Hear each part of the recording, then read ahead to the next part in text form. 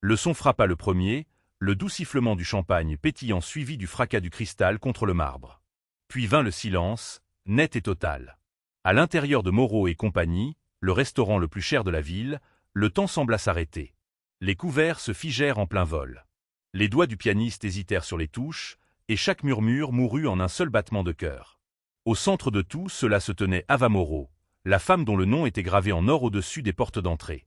Elle était l'élégance enveloppée de discipline, le genre de présence qui faisait retenir leur souffle aux serveurs et aux investisseurs vérifier leur posture. Ce soir, cependant, son sang-froid s'échappait le long de l'ourlet de sa robe de soie blanche. Un verre de vin rouge venait d'exploser sur ses genoux. Le jeune serveur responsable était devenu blême. Il balbutia quelque chose qui ressemblait à « Je suis tellement désolé », mais sa voix se brisa, à peine un murmure au-dessus du bourdonnement du lustre. Ava ne bougea pas. Pas encore. Sa mâchoire se crispa comme elle le faisait toujours avant de rendre son jugement. Autour d'elle, le personnel se dispersa comme des oiseaux effrayés, terrifiés par ce qu'elle pourrait dire. Elle avait bâti un empire sur la perfection, et la perfection ne pardonnait jamais. Puis, avant que quiconque puisse réagir, un homme apparut. Il ne portait ni costume ni badge. Son uniforme gris aux manches simples retroussées, la faible odeur de désinfectant et de savon s'accrochant à lui. C'était Daniel Reynaud, l'agent d'entretien de nuit, grand, silencieux, avec des mains calleuses et la posture de quelqu'un habitué à s'excuser d'occuper de l'espace. Il se déplaça rapidement mais doucement, s'agenouillant à côté d'elle comme s'il approchait d'un animal effrayé. Le léger grincement de son seau à serpillière résonna contre le sol en marbre. Sans demander la permission, il commença à éponger la tache rouge avec un chiffon blanc plié. Ses mains étaient stables. « Ne touchez pas à ça », siffla l'un des serveurs. « C'est… » Daniel l'interrompit doucement, sa voix basse mais ferme. « Ce n'est que du vin. » 3 mots, simples, ordinaires. Mais quelque chose dans le ton, calme, sans hâte, presque tendre, ondula dans l'air glacial. Ava cligna des yeux. Elle s'était préparée à des excuses, à la panique, à des supplications. Pas à ça, pas à la certitude tranquille d'un homme qui la regardait non pas comme une PDG, mais comme une personne avec une robe abîmée par une mauvaise soirée. Le vin, cette substance qui symbolisait le luxe et le statut dans son établissement, était réduit à sa simple essence. Un liquide, une tache, un accident. Cette perspective, si simple, si directe, était une chose qu'elle n'avait pas entendue depuis des années.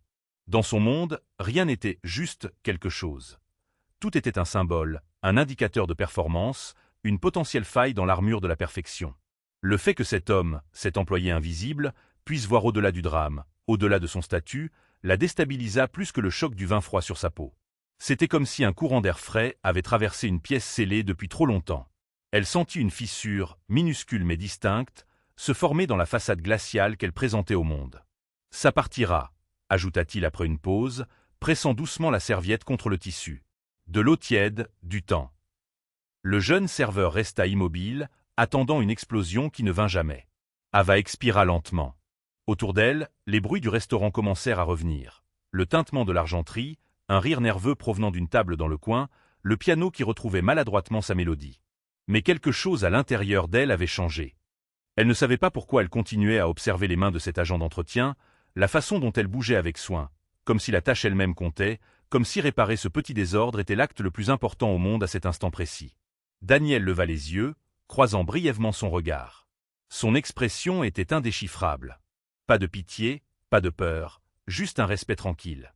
Puis il essorra le chiffon et retourna à sa tâche, comme s'il était né pour cela. Lorsque le directeur, Charles, se précipita enfin, le visage rouge et en sueur, Ava leva la main avant qu'il ne puisse parler. « C'est bon », dit-elle, se surprenant elle-même. « Les accidents arrivent. » Un murmure se répandit parmi le personnel. Le serveur faillit s'effondrer de soulagement. Le directeur la regarda, confus, car Ava Moreau ne disait jamais « c'est bon ». Daniel hocha la tête une fois, se leva et ramassa son seau. Le léger grincement de ses roues s'estompa alors qu'il disparaissait derrière la porte de la cuisine. Le reste de la soirée, Ava ne put se défaire de ces 3 mots. Ce n'est que du vin. Il résonnait entre ses côtes comme un battement de cœur qu'elle avait oublié d'avoir.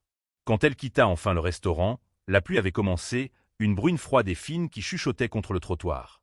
Son chauffeur ouvrit la portière de la voiture, mais elle hésita, regardant à travers la vitre les lumières qui brillaient encore à l'intérieur de Moreau et compagnie.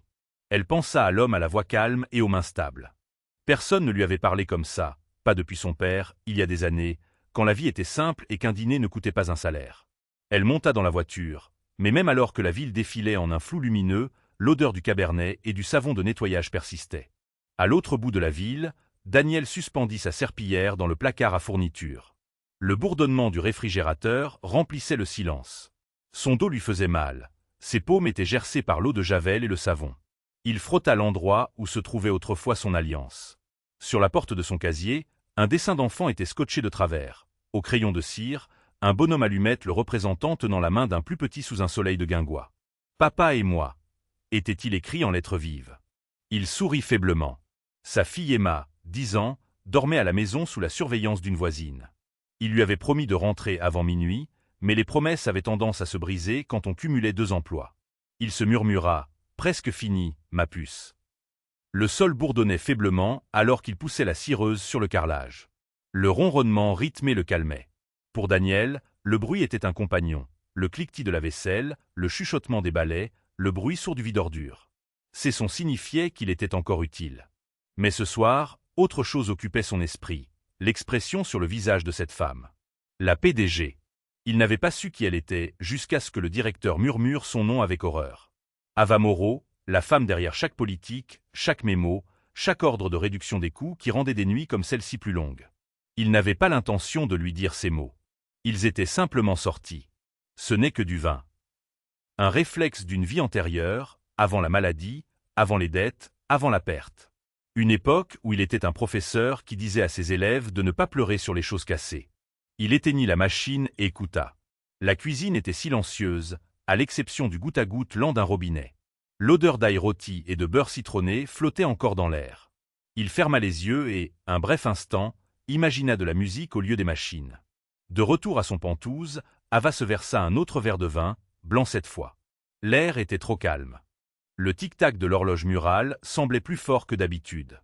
Pourquoi la voix de cet homme était-elle restée avec elle? Elle rejoua la scène, son calme, l'absence de peur. Tout le monde autour d'elle semblait toujours avoir peur. Son conseil d'administration, ses directeurs, même les gens qui lui souriaient devant les caméras. Mais lui, non. Elle baissa les yeux sur la tache de sa robe. Même après le nettoyage à sec, la faible odeur de vin rouge persistait. En dessous, il y avait autre chose, une trace de savon, peut-être l'odeur de la serviette de l'agent d'entretien. Cela lui rappelait quelque chose d'ancien, de sûr. Ava posa le verre, son reflet ondulant dans le liquide.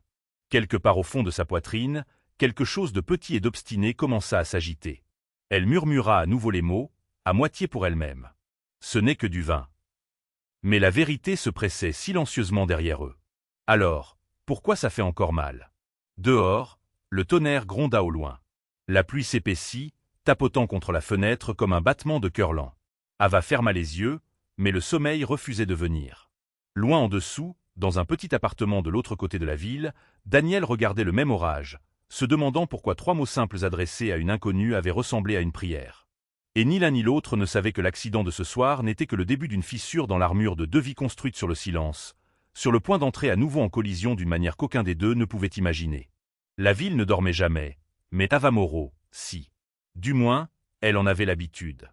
Ce soir, la ligne d'horizon scintillait comme une couronne devant la fenêtre de son pentouse, mais elle n'éprouvait aucune fierté à la regarder. Son reflet dans la vitre lui renvoyait une image impeccable et sans vie. Elle souleva à nouveau son verre de vin, puis le reposa sans y toucher. Le son du pied du verre tapant sur le comptoir en marbre était aigu dans le silence. Il résonnait dans la pièce comme la voix qu'elle ne pouvait cesser d'entendre. Ce n'est que du vin. Ces mots auraient dû être insignifiants, mais ils s'accrochaient à elle, comme la légère tache encore visible sur sa robe. Elle essaya de se concentrer sur les documents qui brillaient sur son ordinateur portable. Rapport de vente, taux de rotation du personnel, score de satisfaction client. Des chiffres, sûrs, prévisibles. Mais tout ce à quoi elle pouvait penser, c'était le visage de l'agent d'entretien, ses yeux calmes, sa constance inébranlable, la façon dont sa voix n'avait porté aucun jugement, aucune peur. Quelque chose à ce sujet la déstabilisait plus que le vin renversé n'aurait jamais pu le faire.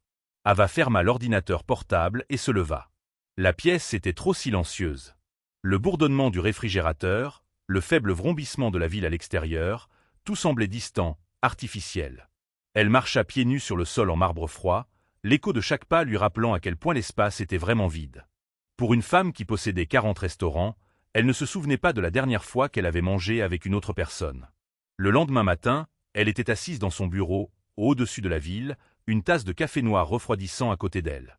Son assistante, Mélanie, se tenait nerveusement dans l'embrasure de la porte. « Madame Moreau », commença-t-elle doucement. « Vous avez demandé les rapports des employés du site du centre-ville de Moreau et compagnie. » Ava lui fit signe de les poser. « Merci. » Mélanie hésita. « Tout va bien, madame ? Vous avez l'air fatiguée. » Les yeux d'Ava se levèrent. « Vraiment ?» Mélanie hocha la tête, troublée. Oui, enfin non, pas fatiguée dans le mauvais sens, juste pensive. Ava tapota un stylo contre le bureau, le son sec. « Vous pouvez disposer. » Lorsque la porte se referma, Ava se pencha en arrière sur sa chaise en expirant. Le taux de rotation du personnel dans ce restaurant particulier était alarmant. Des cuisiniers démissionnaient, des serveurs déposaient des plaintes, le moral était au plus bas. Pourtant, les bénéfices étaient stables. Sur le papier, tout semblait aller bien. Mais cela ne semblait pas bien. Elle pensa à cet homme, Daniel. Il travaillait là, n'est-ce pas? L'agent d'entretien. Quelque chose en elle s'agita de nouveau. De la curiosité, peut-être. Ou de la culpabilité. Pendant des années, elle avait cru que le leadership signifiait la distance, que le respect venait de la peur. Mais cette nuit-là, avec un seau à serpillière entre eux et du vin rouge tachant sa robe, elle ne s'était pas sentie puissante. Elle s'était sentie humaine. Et cela lui faisait peur. En fin d'après-midi, la pluie avait recommencé. De fines aiguilles contre la vitre. Le son remplissait son bureau d'un rythme étrange, régulier et rassurant. Ava prit son téléphone et appela le directeur général du restaurant. « Charles, annulez mes réunions de ce soir, » dit-elle. « Je dînerai chez Moreau et compagnie ce soir. Sans réservation, sans annonce. » Il y eut une pause. « Compris, Madame Moreau. Aurez-vous besoin d'une table privée? » « Non, » dit-elle après un temps. « Je m'assiérai dans la salle principale. Traitez-moi comme n'importe quelle autre cliente. » Quand elle raccrocha, elle se surprit à sourire. Pour la première fois depuis longtemps, elle ne savait pas exactement dans quoi elle s'engageait. Daniel arriva au travail le même soir, juste avant 18 heures. L'air dans le couloir de service sentait le citron, l'acier, le produit de nettoyage et l'ambition. Il pointa, attrapa sa serpillière et fit un signe de tête au personnel de cuisine. « Tu es en avance, » dit Béatrice, la plongeuse aux cheveux gris qui travaillait là depuis avant la naissance de Daniel. « Emma est chez une amie, » répondit-il. « Je me suis dit que je prendrais de l'avance. » Béatrice eut un sourire en coin. « C'est ce qui te rend différent, mon petit. Tu n'attends jamais que le désordre vienne à toi. » Il gloussa doucement, mais ses pensées étaient déjà ailleurs. Il n'avait parlé à personne de la femme de la nuit dernière. Comment aurait-il pu? C'était la patronne. Inaccessible, intouchable.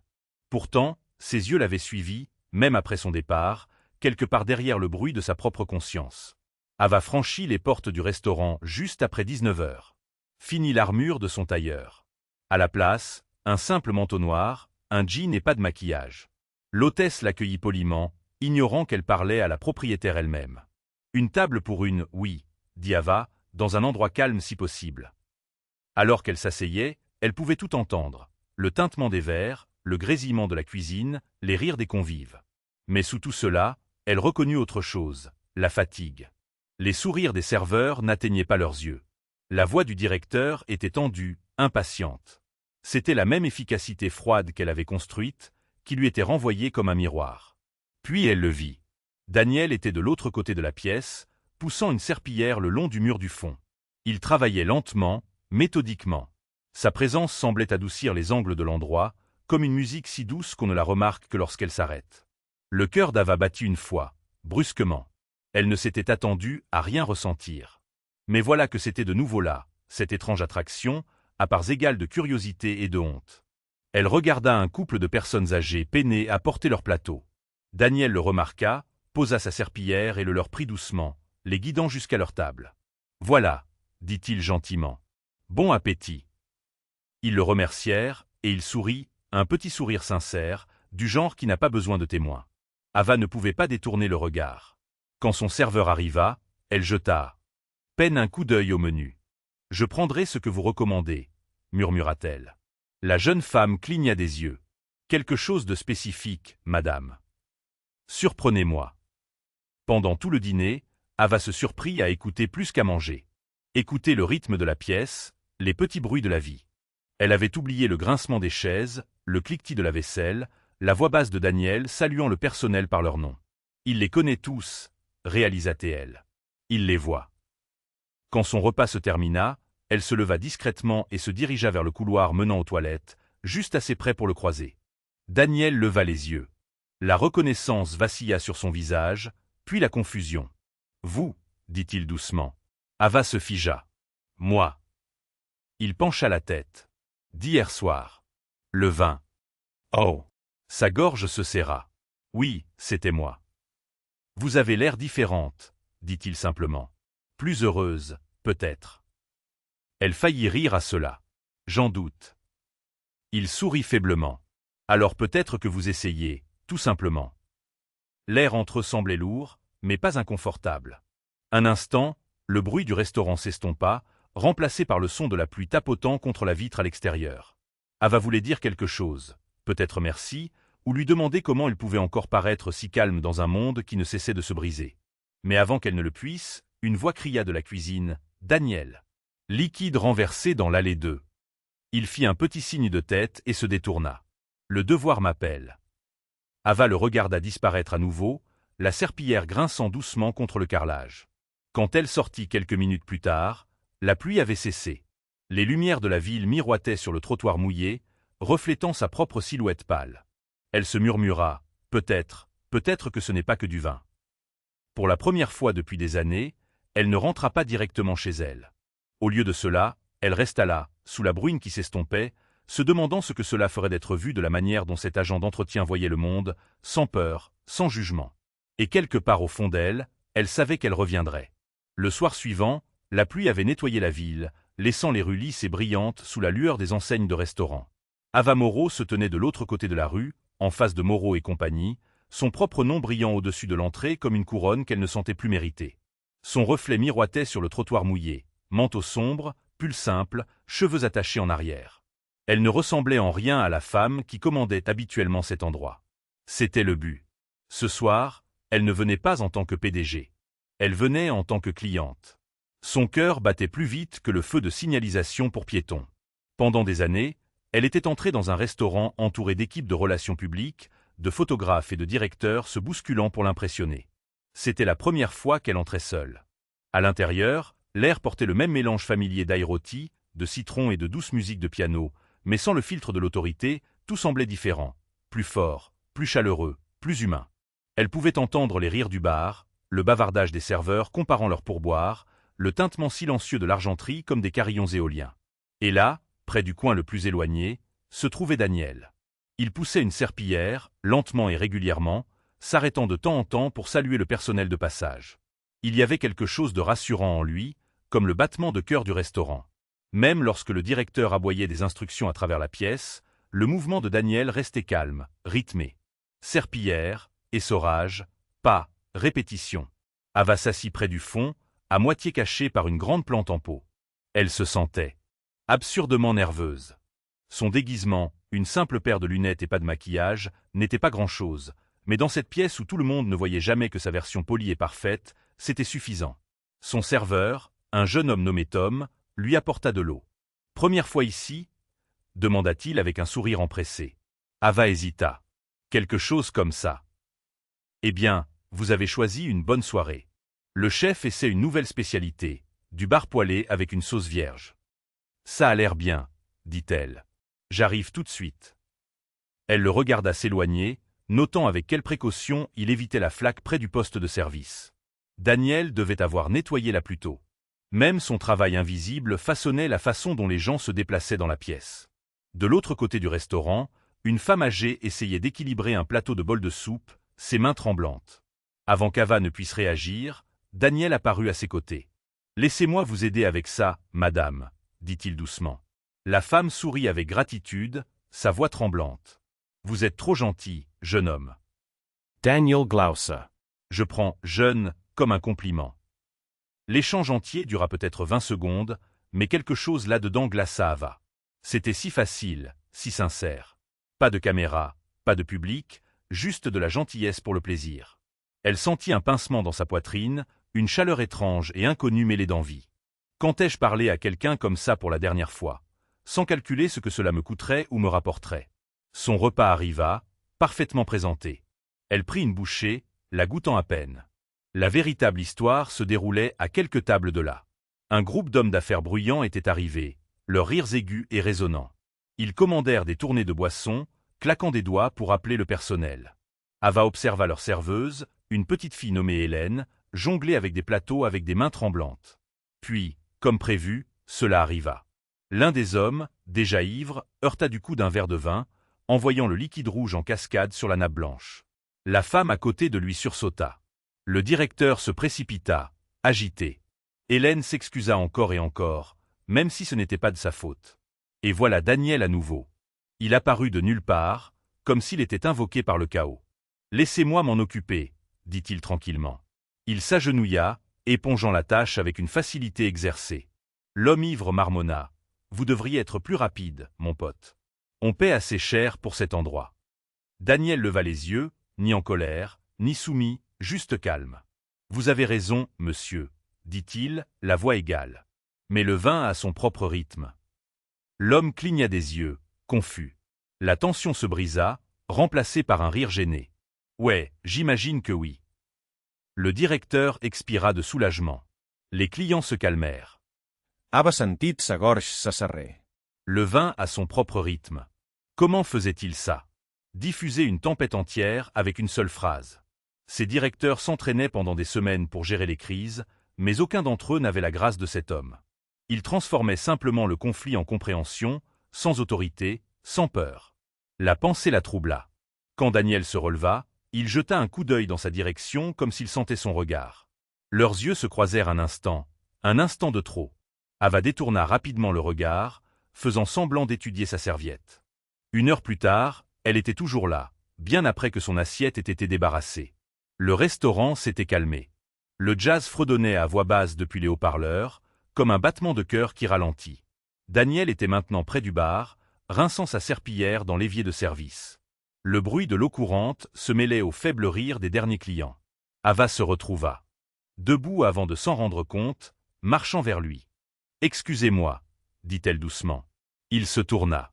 Ses yeux étaient gentils mais méfiants. « Oui, madame. »« Vous étiez là hier soir, » dit-elle. « Quand il y a eu un accident. » Daniel étudia son visage. « Vous êtes la femme avec la robe. » Ses lèvres tressaillirent. C'est une façon de le dire. Contente que ça soit parti. La tâche. Il hocha la tête. L'eau tiède et le temps fonctionnent sur la plupart des choses. Elle sourit faiblement. Et sur quoi ça ne marche pas? Il y réfléchit, s'appuyant sur sa serpillière. L'orgueil, peut-être. Ava sentit son souffle se couper. L'orgueil. Ouais, dit-il, presque pour lui-même. Celui-là est plus difficile à faire partir. Ils restèrent là une longue seconde, l'air vibrant entre eux. Ava ne savait pas quoi dire. Pour un homme qui passait ses nuits à nettoyer les dégâts des autres, il savait certainement comment la mettre face aux siens. Avant qu'elle ne puisse répondre, quelqu'un appela de la cuisine « Daniel, on manque encore de serviettes. » Il fit un petit signe de tête. « Le devoir m'appelle. » Alors qu'il se détournait, Ava dit tranquillement « Merci. » Il s'arrêta. « Pourquoi ?» Pour m'avoir rappelé que certaines tâches nécessitent plus que de l'eau de javel. Il sourit, de ce même sourire tranquille qui avait désarmé toute une pièce la nuit précédente. « Vous seriez surprise de ce que le temps peut réparer, » dit-il, et il disparut par les portes battantes. Ava resta seule, écoutant les sons s'estomper, le cliquetis des assiettes, le sifflement de la porte de la cuisine, le faible bourdonnement des conversations qui flottaient encore comme de la fumée. Quelque chose en elle avait de nouveau changé, plus profondément cette fois. La femme qui sortit dans l'air frais de la nuit n'était pas la même que celle qui était entrée. Alors qu'elle sortait sous la bruine, elle murmura sous son souffle, de l'eau tiède et du temps. Puis elle se surprit à sourire, juste un peu. Mais ce qu'elle ne réalisait pas, c'est que le temps, comme le vin, avait son propre rythme, et avant de pouvoir guérir, il devrait d'abord remuer tout ce qu'elle avait enfoui. La semaine suivante, Ava retourna au restaurant plus de fois qu'elle ne voulait l'admettre. Au début, elle se disait que c'était pour les affaires, une observation discrète et secrète pour un audit de l'entreprise. Mais au fond d'elle, elle savait que ce n'était pas vrai. Chaque soir où elle entrait, elle se racontait le même mensonge. Juste un dîner, juste un repas.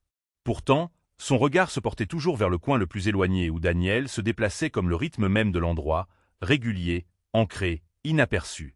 Il avait cette même grâce tranquille, celle qui semblait ralentir le chaos de la cuisine autour de lui.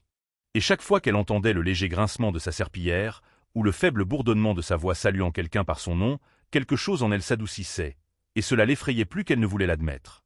Ce soir, elle choisit une petite table près du fond. L'air bourdonnait faiblement de rire et de conversation. L'odeur de pain cuit et de beurre citronné flottait dans l'air, réconfortante mais lourde de souvenirs. Ava n'avait pas l'habitude d'observer les gens. D'habitude, les gens l'observaient. Mais maintenant, elle était l'observatrice, invisible, anonyme et étrangement libre. Daniel apparut du couloir, roulant son seau. Un petit enfant à l'une des tables lui fit un signe de la main, et il sourit, faisant une révérence théâtrale qui fit glousser la petite fille. Ava ne put s'empêcher de sourire. Quand ai-je fait rire quelqu'un pour la dernière fois sans essayer? Pensa-t-elle. Quand ai-je même voulu le faire pour la dernière fois? Le serveur lui apporta sa nourriture, une soupe encore fumante, et Ava hocha la tête distraitement. Mais son attention était ailleurs. Daniel aidait un homme plus âgé qui avait fait tomber sa canne. Il se déplaça lentement, doucement, remettant la canne dans la main de l'homme et disant quelque chose qu'Ava ne put entendre. Elle le regarda se relever, époussetant ses paumes sur son pantalon de travail, et elle réalisa que quelque chose chez lui la troublait. Il semblait insensible à l'amertume. Les gens qui avaient traversé la douleur, la vraie douleur, la portaient généralement comme une armure. Mais la douleur de Daniel n'était pas une armure. C'était un miroir. Quand il regardait les autres, il voyait leurs blessures, pas les siennes. Quand le coup de feu du dîner se calma enfin, Ava s'attarda, traçant le bord de son verre de vin. Le pianiste dans le coin jouait une mélodie lente qui se fondait dans le bavardage des clients qui partaient. Le restaurant expirait, se relaxant après le chaos. Daniel essuyait le comptoir près de sa table. Ses manches étaient retroussées, ses avant-bras brillants d'eau. « Longue nuit ?» demanda-t-elle tranquillement. Il leva les yeux, surpris de la trouver là. « Elles le sont toutes », dit-il, puis il ajouta avec un léger sourire. « Mais c'est comme ça qu'on gagne son repos. »« Vous n'en avez jamais marre ?» demanda-t-elle, de nettoyer après tout le monde. Il s'arrêta, son regard se portant sur la serpillière dans sa main. Fatigué? Bien sûr. Mais pas d'aider. Tout le monde laisse un désordre derrière soi. Certains sont juste plus faciles à voir. Elle pencha la tête, intriguée. C'est une étrange façon de voir les choses. Il haussa les épaules. L'étrangeté me garde sain d'esprit. Un instant, elle faillit rire. Le son l'aurait surprise. Au lieu de cela, elle dit « Vous êtes toujours aussi philosophe, ou ce sont juste les vapeurs de la serpillière ?» Cela le fit rire. Un son profond et chaleureux qui remplit le silence comme de la musique. Ava se surprit à lui sourire en retour. Mais ensuite son expression changea, pensive, distante. Vous savez, les gens renversent plus que des boissons. Les mots restèrent en suspens dans l'air, doux mais lourds. Le souffle d'Ava se coupa. Il continua doucement. Ils renversent leur colère, leur peur, leur douleur. La plupart du temps, ils ne le font pas exprès. Mais si personne n'est là pour essuyer, la tâche reste. Un instant, elle oublia de respirer. Cette phrase, les gens renversent plus que des boissons, la frappa comme une vérité dont elle ignorait avoir besoin. À l'intérieur d'elle, quelque chose se brisa, une petite fracture dans la carapace qu'elle avait construite au fil des années de contrôle. « Vous parlez comme quelqu'un qui a beaucoup vu », dit-elle tranquillement. Il croisa son regard. On ne passe pas des années à nettoyer des sols sans apprendre ce que les gens laissent tomber quand ils pensent que personne ne regarde. Le silence s'éternisa. Le seul son était le léger cliquetis des assiettes qu'on empilait au loin. Puis, de manière inattendue, Ava dit « Je pensais que le succès signifiait le contrôle, que si je gardais tout impeccable, rien ne pourrait s'effondrer. » Daniel hocha lentement la tête. « Et ça marche comment ?» Elle sourit faiblement. « Je vous le dirai. » Ils rirent tous les deux, pas fort, mais sincèrement. Le genre de rire qui ressemble à un pont en construction. Plus tard dans la nuit, Ava était assise seule dans sa voiture devant le restaurant. La pluie avait recommencé, tapotant doucement sur le pare-brise. Elle rejoua la conversation dans son esprit, sa voix, ses mots. Les gens renversent plus que des boissons. Ils n'étaient pas seulement poétiques. Ils étaient personnels. Ava avait passé toute sa carrière à nettoyer les erreurs des autres, les faux pas des investisseurs, les échecs des employés, les scandales publics. Mais elle n'avait jamais pensé une seule fois aux tâches qu'elle avait laissées derrière elle, aux vies qu'elle avait balayées dans sa quête de perfection. La pluie s'intensifia, et elle se pencha en arrière sur le siège, fermant les yeux. Le tapotement rythmé sur le toit ressemblait à un battement de cœur, régulier et implacable. Quelque part de l'autre côté de la ville, Daniel était probablement rentré chez lui maintenant, peut-être en train de border sa fille. Ava imagina le son de cela, le rire d'un enfant, un petit appartement rempli de chaleur au lieu de verre et de silence. Elle l'enviait, non pas pour ce qu'il avait, mais pour ce qu'il n'avait pas perdu. Le lendemain matin, elle n'arrivait pas à se concentrer. Ses réunions se succédaient en un flou, les voix se fondant en un bruit blanc. Quand l'un des membres de son conseil d'administration se vanta d'avoir réduit les heures du personnel pour augmenter les marges, elle se surprit à froncer les sourcils, ce qu'elle n'avait jamais fait auparavant. « Tout va bien, Madame Moreau ?» demanda-t-il. Elle força un sourire. « Je réfléchis, c'est tout. » Mais à quoi elle pensait vraiment? C'était au visage de Daniel quand il avait dit ces mots, à la constance de sa voix, à son apparence imperturbable face au chaos qui l'entourait.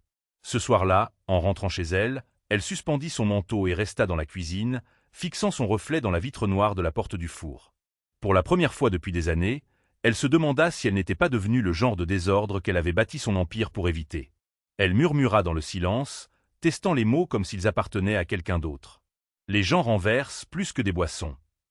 Et juste comme ça, le silence autour d'elle ne lui sembla plus aussi réconfortant qu'avant.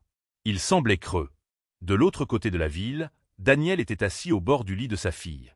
Emma était à moitié endormie, ses cheveux déployés comme des rayons de soleil sur l'oreiller. « Papa » murmura-t-elle d'une voix somnolente. « Tu nettoies toujours le grand restaurant. »« Tous les soirs, » dit-il doucement. « Est-ce qu'ils te disent merci ?» Il sourit. « Pas souvent. » Elle fronça les sourcils, encore à moitié dans ses rêves. « Alors je le dirai 2 fois pour eux. » Daniel déglutit difficilement. « C'est largement suffisant, ma puce. » Il éteignit la lampe, ne laissant que le doux bourdonnement de la pluie à l'extérieur de la fenêtre.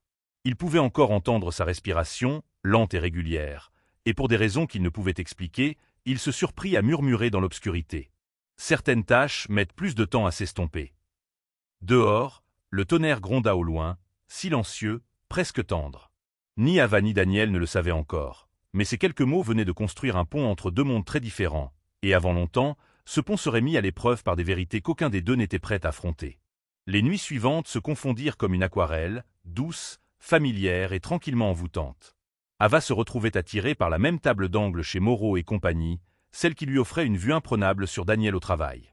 Elle se disait que c'était une coïncidence, qu'elle aimait simplement l'atmosphère. Mais au fond, elle savait que c'était faux. Chaque soir, elle observait le rythme de ses mouvements, l'efficacité silencieuse, les petits actes de gentillesse qui passaient inaperçus. Un signe de tête à un commis de débarrassage, un merci discret à une plongeuse, la façon dont il redressait un cadre de tableau de travers ou remplissait l'eau d'un client âgé sans qu'on le lui demande. Cela ne faisait pas partie de sa description de poste, mais il le faisait quand même. Il n'avait jamais l'air pressé, jamais distrait. Ava enviait cela. Sa vie entière était un sprint, d'une échéance à l'autre, mais cet homme, cet agent d'entretien, semblait vivre au rythme de la respiration. Ce soir, le restaurant bourdonnait de sa symphonie habituelle de sons, tintements, couverts, rires étouffés, l'explosion occasionnelle de vapeur de la cuisine. Ava remua son café et écouta, absorbant les petits bruits qui rendaient l'endroit vivant. Quand Daniel apparut près de sa table, elle le salua avec une familiarité aisée qui les surprit tous les deux. « Bonsoir », dit-elle. Il sourit, du genre de sourire qui vit principalement dans les yeux. « Bonsoir. De retour, je vois. »« J'aime la vue, » répondit-elle, puis elle se reprit. « Du restaurant, je veux dire. » Daniel gloussa doucement en essorant sa serpillière. « C'est une bonne vue. On y voit ce que la plupart des gens manquent. »« Et qu'est-ce que c'est ?» Il haussa les épaules. « Les gens qui le font fonctionner. » Ces mots s'attardèrent comme le léger parfum de savon qui semblait toujours le suivre. Ava se pencha en avant. « Vous connaissez tout le monde ici, n'est-ce pas ?» Il hocha la tête. « Il le faut bien. Les sols se souviennent de qui marche dessus. » Elle sourit, bien que sa poitrine se serrât à cette pensée. « Vous parlez comme un poète pour quelqu'un avec une serpillière. » Daniel rit. « J'étais professeur. Les vieilles habitudes ont la vie dure, je suppose. » Cette seule phrase changea quelque chose dans l'air. Les yeux d'Ava se levèrent, sa curiosité s'enflammant. Un professeur.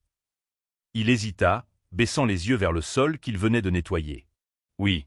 D'anglais, dans un petit lycée en province. Que s'est-il passé ? demanda-t-elle, sa voix douce. Il resta silencieux un long moment, le bruit de la pluie commençant à tapoter faiblement contre les fenêtres. Quand il parla enfin, sa voix s'était adoucie. La vie. Ma femme est tombée malade. Les factures se sont accumulées. L'école m'a licencié et je ne pouvais pas suivre avec les heures. Quand elle est décédée, j'avais juste besoin de quelque chose de stable, quelque chose qui ne nécessitait pas de faire semblant d'aller bien. Ava sentit sa gorge s'asserrer. Je suis désolé. Daniel eut un petit sourire, non de pitié, mais d'acceptation. Ne le soyez pas. Elle aimait cette ville. Elle disait qu'elle était faite d'histoires qui attendaient d'être nettoyées et racontées à nouveau. Cette phrase, si simple, si pleine d'une sagesse tranquille, la frappa plus fort qu'elle ne s'y attendait. « Avez-vous de la famille » demanda-t-elle, espérant que la question ne paraisse pas intrusive. « Juste moi et ma fille, » dit-il. Emma.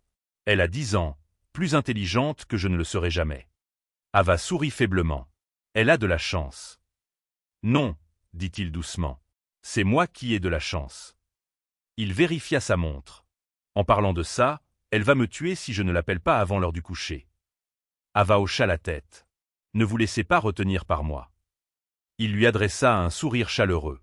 Vous ne le pourriez pas, même si vous essayiez. Elle le regarda disparaître par le couloir de service, le léger grincement de la porte se refermant derrière lui. Un instant, le bruit du restaurant s'estompa en un doux bourdonnement, comme une radio réglée entre deux stations. Ava réalisa qu'elle retenait son souffle. Dehors, la pluie s'était intensifiée. Daniel sortit dans l'étroite ruelle à côté du restaurant, le téléphone pressé contre son oreille. « Salut, ma puce » dit-il doucement. À l'autre bout du fil, la voix d'une enfant gazouilla de joie endormie. « Papa, tu es encore en retard. »« Je sais, » dit-il. « Grosse soirée. Tu as fini tes devoirs ?»« Oui. Madame Dubois a dit que j'avais lu la meilleure rédaction de la classe. » Il sourit, l'eau dégoulinant de ses cheveux. « Bien sûr que tu l'as fait. Tu es ma fille. » Il y eut une pause. « Tu as mangé, papa ?»« J'y travaille. » mentit-il. Elle soupira théâtralement. « Tu dis toujours ça. » Daniel gloussa, s'appuyant contre le mur de briques, regardant la lueur des lampadaires miroiter dans les flaques. « D'accord. D'accord, promis. Je prendrai quelque chose avant de rentrer. Petit doigt, promis ?» Il leva son petit doigt vers le ciel sombre de Chloé. Petit doigt, promis. Son rire à travers le téléphone était le son le plus chaud qu'il connaissait. Quand ils raccrochèrent enfin, il resta là un moment, laissant la pluie s'infiltrer dans ses manches. Il pensa à la femme à l'intérieur, la cliente élégante, qui le regardait différemment de la plupart des gens. Il y avait quelque chose dans ses yeux, quelque chose de chercheur. Il ne pouvait pas encore le nommer, mais cela persistait comme une mélodie qu'il ne pouvait oublier. Plus tard dans la nuit, alors que le restaurant se vidait, Ava resta. Le personnel ne la remarqua pas, niché dans son coin, perdu dans ses pensées. Elle regarda Daniel rassembler les restes de la cuisine. De petites boîtes de nourriture qu'il emballait soigneusement dans des sacs en papier. Il murmura quelque chose au chef cuisinier, qui hocha la tête en signe de compréhension. Puis Daniel se glissa par la porte de derrière. La curiosité d'Ava l'emporta. Elle le suivit à distance, veillant à ne pas être vue. Dehors, dans la rue, la pluie s'était calmée en une bruine. Daniel traversa la route pour se rendre dans un petit parc, faiblement éclairé par des lampes vacillantes. Là, sous un vieil auvent, était assis un homme enveloppé dans des couvertures, un sans-abri, frissonnant. Daniel s'agenouilla à côté de lui tendant l'un des sacs en papier. « C'est encore chaud, » dit-il. « Poulet au citron ce soir. » La voix de l'homme se brisa de gratitude. « Tu es un homme bon, Dany. »« J'essaie juste de nourrir la ville, » répondit doucement Daniel. « Même heure demain. Que Dieu te bénisse. » Daniel sourit faiblement, ajustant la couverture de l'homme avant de retourner vers le restaurant. Ava resta figée sous son parapluie. Sa poitrine lui faisait mal, un mélange de honte, d'admiration, de désir, peut-être les trois. Voici un homme qui gagnait à peine de quoi vivre et qui donnait pourtant le peu qu'il avait. Et elle, avec son luxe et son succès, ne se souvenait pas de la dernière fois qu'elle avait fait quelque chose qui ne profitait pas à son bilan. Alors que Daniel disparaissait au coin de la rue, elle se murmura « Il nettoie plus que des sols ». La pluie s'épaissit à nouveau, tambourinant contre son parapluie comme des applaudissements. Elle ne le savait pas encore, mais ce moment, le regardant donner de la nourriture à un étranger, la suivrait dans chaque décision qu'elle prendrait après cela. C'était la nuit où Ava Moreau commença à voir la saleté sous son propre empire poli, et pour la première fois, elle n'était pas sûre de savoir comment la nettoyer. Le début de la soirée suivante ressemblait à tous les autres. Table polie, jazz doux, le faible bourdonnement des conversations se mêlant au son des verres qui tintent. Moreau et compagnie brillaient de son élégance habituelle, ignorant que ce soir mettrait tout le monde à l'épreuve à l'intérieur. Ava arriva tôt, se glissant discrètement à sa table habituelle au fond. Elle n'était plus déguisée. Pas vraiment. Le personnel ne la reconnaissait toujours pas comme la propriétaire, mais l'acte de faire semblant ne ressemblait plus à de la tromperie. Cela ressemblait à une découverte. Elle balaya la pièce d'un œil exercé. Des années à diriger une entreprise lui avaient appris à remarquer les défauts. Empreinte de doigts sur un verre, éclairage inégal, le bavardage trop bruyant d'un client qui avait bu un verre de trop. Mais ce soir, son attention ne se portait pas sur les défauts. Elle se portait sur les gens.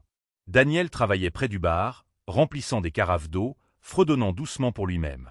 La chanson, réalisait-elle, était la même que le pianiste jouait souvent près de la fermeture. Simple, tendre, presque comme une berceuse. Ava se pencha en avant, écoutant. Ce n'était pas le fredonnement lui-même, mais la paix qu'il contenait qui l'attira. L'homme irradiait le calme dans un lieu qui exigeait la perfection. Puis, soudain, le son se brisa. Un fracas retentit, sec, surprenant.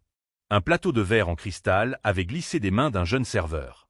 Les morceaux explosèrent sur le sol en marbre, se dispersant comme de la pluie dans toutes les directions. La conversation cessa.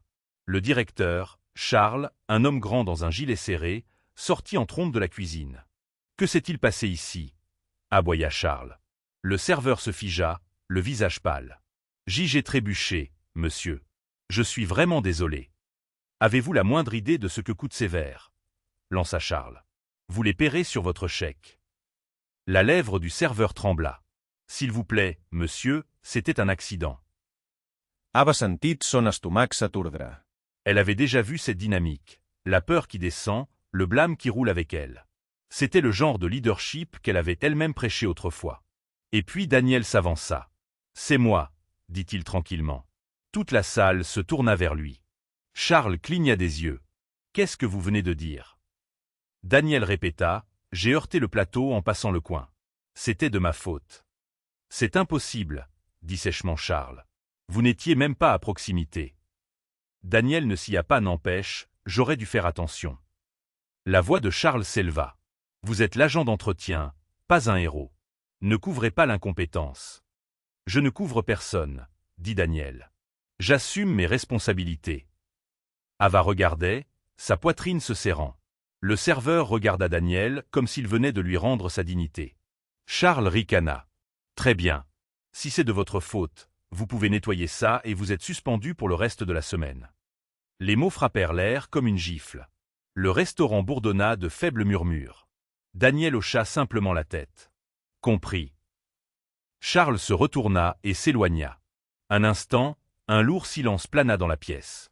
Ava voulait parler, se lever, révéler qui elle était et arrêter cette folie. Mais elle ne le pouvait pas encore. Se révéler maintenant mettrait fin à la fragile authenticité qu'elle poursuivait. Au lieu de cela, elle resta assise, figée, le cœur battant. Daniel s'agenouilla et commença à ramasser les morceaux un par un, en faisant attention de ne pas se couper. Les petits clics du verre contre la pelle à poussière résonnaient dans la pièce. Le jeune serveur s'accroupit à côté de lui. « Vous n'étiez pas obligé de faire ça, » murmura-t-il. Daniel sourit faiblement. « Si, j'étais obligé. Ce n'est que du verre. » Le garçon secoua la tête. « Vous allez perdre une semaine de salaire. » Daniel haussa les épaules. « L'argent revient. La fierté, non. » Ces mots frappèrent Ava comme un murmure qui lui était destiné. L'argent revient. La fierté, non. Elle avait bâti tout son empire sur les marges bénéficiaires et la précision. Mais assise là, le regardant saigner légèrement d'une entaille au doigt pendant qu'il travaillait, elle réalisa à quel point cet empire était vraiment fragile. Quand la foule se clairsema et que la nuit se calma, Ava attendit près de la porte jusqu'à ce que Daniel sorte de la cuisine, sa veste humide de solution de nettoyage. « Dure nuit, » dit-elle doucement. Il gloussa, se frottant l'épaule. « Elles sont toutes dures à leur manière. Vous n'étiez pas obligé de prendre le blâme. » Il haussa de nouveau les épaules. « Le gamin est nouveau. La première erreur marque plus que les autres. Cette erreur vous a coûté votre salaire. »« Peut-être, » dit-il, croisant son regard, « mais elle lui a aussi coûté sa peur. Ça me semble un échange équitable. » Ava sentit quelque chose se serrer dans sa poitrine. Vous ne devriez pas avoir à perdre pour que quelqu'un d'autre apprenne. Daniel Surit. Parfois, perdre vous en apprend plus que gagner ne le pourrait jamais. Voilà de nouveau cette sagesse tranquille qui l'enveloppait comme une couverture dont elle ne savait pas avoir besoin. Elle hésita avant de parler. N'est-ce jamais épuisant d'être celui qui nettoie les dégâts de tout le monde? L'expression de Daniel s'adoucit. Je le pensais. Puis j'ai réalisé que c'est peut-être pour ça que je suis là. Il se rapprocha, la faible odeur de savon et d'agrumes le suivant. Tout le monde fait des dégâts un jour ou l'autre. Le truc, ce n'est pas de l'éviter. C'est de savoir ce qui vaut la peine d'être nettoyé. Un instant, Ava ne put détourner le regard. Ses yeux étaient fatigués, mais gentils, du genre qui ne demande pas le pardon, mais qui l'offre d'une manière ou d'une autre. Elle voulait lui dire qui elle était, s'excuser pour ce qu'elle représentait, pour le système qu'il avait élevé juste assez pour le maintenir à terre. Mais les mots restèrent coincés dans sa gorge. « Bonne nuit, madame », demanda-t-il gentiment. Elle hésita, puis mentit à nouveau. « Grace, » dit-elle. « Je m'appelle Grace. » Daniel hocha la tête. « Bonne nuit, Grace. » Il se tourna et disparut dans le couloir de service, la laissant là sous la faible lueur du panneau de sortie. Ava expira le mensonge, un goût amer sur la langue. Grace. Ce nom ne lui appartenait pas. Pas encore, en tout cas. Dehors, la nuit était plus froide que d'habitude. Elle serra son manteau, ses talons claquant sur le trottoir mouillé. L'image de lui, à genoux parmi les débris de verre, rejouait dans son esprit, calme, imperturbable, prêt à saigner pour l'erreur de quelqu'un d'autre. Elle se demanda quand elle avait fait la même chose pour la dernière fois. Quand elle atteignit sa voiture, elle s'arrêta, fixant son reflet dans la vitre mouchetée de pluie. La femme qui la regardait n'était pas l'Ava Moreau qui avait bâti un empire. C'était quelqu'un de plus petit, de plus silencieux, quelqu'un qui commençait à voir que peut-être les choses qu'elle avait passé des années à perfectionner n'étaient pas celles qui comptaient. Au loin, le tonnerre gronda doucement, un grognement bas et régulier, comme si le monde lui rappelait que les tempêtes ne durent jamais éternellement, mais qu'elles laissent toujours quelque chose de changé derrière elle. Et alors qu'elle s'éloignait dans la nuit, elle ne pouvait s'empêcher de penser à l'homme qui avait dit « ce n'est que du verre » et qui voulait dire quelque chose de bien plus profond. Le matin après la suspension de Daniel, la ville semblait étrangement vide à Ava. Le bourdonnement de la circulation, le vrombissement de l'ascenseur de son bureau, les salutations polies de son personnel, tout cela sonnait creux, comme si quelqu'un avait baissé le volume de son monde. Elle était assise derrière son bureau, entourée de verres polis et de silence. Son assistante, Mélanie, se tenait près de la porte, hésitante. « Madame Moreau, tout va bien? Vous fixez ce dossier depuis 20 minutes. » Ava cligna des yeux. « Je vais bien. » Mais le mensonge semblait plus lourd que d'habitude. Elle avait à peine dormi. Chaque fois qu'elle fermait les yeux, elle voyait le visage calme de Daniel, sa dignité tranquille, alors qu'il acceptait le blâme pour quelque chose qu'il n'avait pas fait. Ces mots résonnaient dans sa poitrine. L'argent revient. La fierté, non. Il avait perdu une semaine de salaire à cause de son système, de ses directeurs, de son leadership. Elle avait bâti cet empire pour qu'il soit efficace, rentable, parfait. Mais maintenant, le mot « parfait » avait un goût amer. « Mélanie, » dit-elle soudain, « apportez-moi les dossiers des employés de Moreau et compagnie du centre-ville. Le personnel de nettoyage et d'entretien aussi. » Son assistante cligna des yeux, surprise. « L'équipe d'entretien? Nous. Maintenant, s'il vous plaît. » En quelques minutes, une pile de dossiers apparut sur son bureau. Ava les feuilleta rapidement jusqu'à ce qu'elle le trouve. Daniel Reynaud. Le papier sentait légèrement le tonneur et la poussière. Son dossier était mince, trop mince. Un homme qui travaillait aussi dur et aussi longtemps que lui aurait dû avoir plus que 2 pages de dossier RH. Mais ce qui attira son attention, ce n'était pas ce qui était là. C'était ce qui n'y était pas. La section sur les emplois précédents était incomplète. La ligne pour les références était laissée en blanc. Il y avait une note écrite en marge, recommandée par transfert interne. ER, le pouls d'Ava s'accéléra. R. Le nom lui semblait étrangement familier. Elle cliqua sur les archives numériques de l'entreprise, ses doigts se déplaçant plus vite que ses pensées. Eliane Reynaud, tapatait-elle dans la base de données. L'écran vacilla, chargeant. Puis il apparut, un ancien dossier d'emploi datant de 7 ans. Ava se pencha plus près. Ancienne serveuse, Moreau et compagnie, rive gauche. Décédée, accident du travail. Son souffle se coupa. Non, murmura-t-elle. Elle ouvrit le rapport. Il était court. Délibérément court. L'employé a glissé dans l'arrière-cuisine pendant le service de fermeture. Traumatisme crânien subi. Ambulance appelée trop tard. Décès confirmé à l'hôpital de la Pitié-Salpêtrière. L'estomac d'Ava se noie. Il y avait plus. Un deuxième document joint. Résumé interne, cause, entretien inadéquat du revêtement de sol antidérapant. Recommandation du directeur, minimiser la publicité. Note de frais déposée pour couvrir l'indemnisation de la famille. Montant de l'indemnisation, 3 200 €. Les doigts d'Ava devinrent engourdis. 3 200 €. C'était ce que la vie de sa femme avait valu à son entreprise. À elle. Elle lut la signature du directeur en bas, approuvée par A. Moreau. Son propre nom la fixait comme une cicatrice gravée à l'encre. L'air de son bureau s'épaissit. Ava recula de son bureau, pressant une main tremblante sur sa bouche. La pluie à l'extérieur avait recommencé, tapotant contre les fenêtres à un rythme doux et implacable.